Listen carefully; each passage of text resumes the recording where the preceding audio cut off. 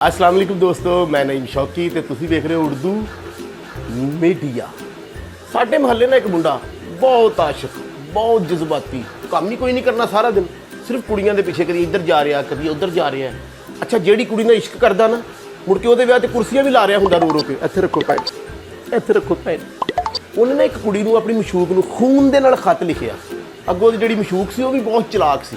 उन्हें उहनूं मैसेज कीता, ए पौधी दो कुड़ी ते मुंडा छत ते बह के ना इश्क दियां गल्लां कर रहे हैं। गल्लां करदा करदा मुंडा कहंदा कल नूं तेरी मेरी शादी हो जानी है। कहंदी हो जानी है। कहंदा जे अपने घर पहला बच्चा होया ते ओह कित्थे सोएगा। मुंडे ने इंज करके मंजा पीछे कीता, कहंदा इत्थे। कहंदी जे दूजा हो गया तो उन्हें फिर मंजी थोड़ी जी पीछे खिंची, कहंदा इत्थे। कहंदी जे तीजा हो गया तो उन्हें मंजी खिंची तो ठा थले डिगा उठ के, कहंदा लानत भेजूगी जल्दी। बीवी अपने खावंद नूं कहंदी मैं तुहाडा बहुत एहतराम करनी है। वो कहंदा नहीं बस ठीक है। कहंदी ना ना ना, तुसीं सराणे वाले बैठे तो मैं पैंदा वाले बैठांगी। खामद कहंदा जे मैं पैंदा वाल बैठा तो कहंदी फिर मैं जमीन ते बैठांगी।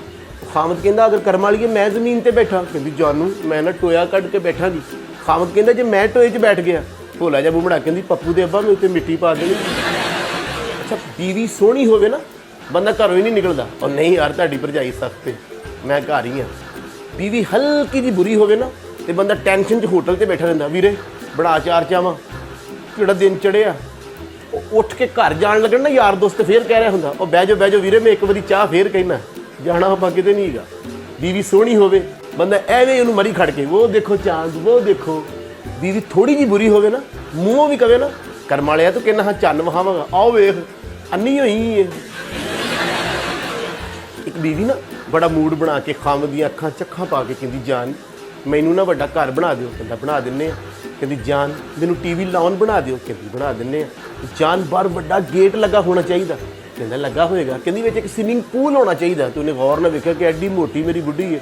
कहंदा बना दिन्ने आ। कहंदी मैं इंज करके छाल मारांगी। खामद भोला जा मूँह बना के कहंदा लोकी कहणगे गई भैंस पानी। अच्छा, मियाँ बीवी का प्यार होवे तो फिर तो वधिया गल आ, लड़ाई होवे तो बहुत टेंशन आ। एक खामद अपनी बीवी ने कहंदा तुम मेरी जिंदगी हो। कहंदी सच। कहंदा और लानत ऐसी जिंदगी। खामद अपनी बीवी ने कहंदा जान तेन जिंदगी च सब तो ज़्यादा मज़ा कदों आया।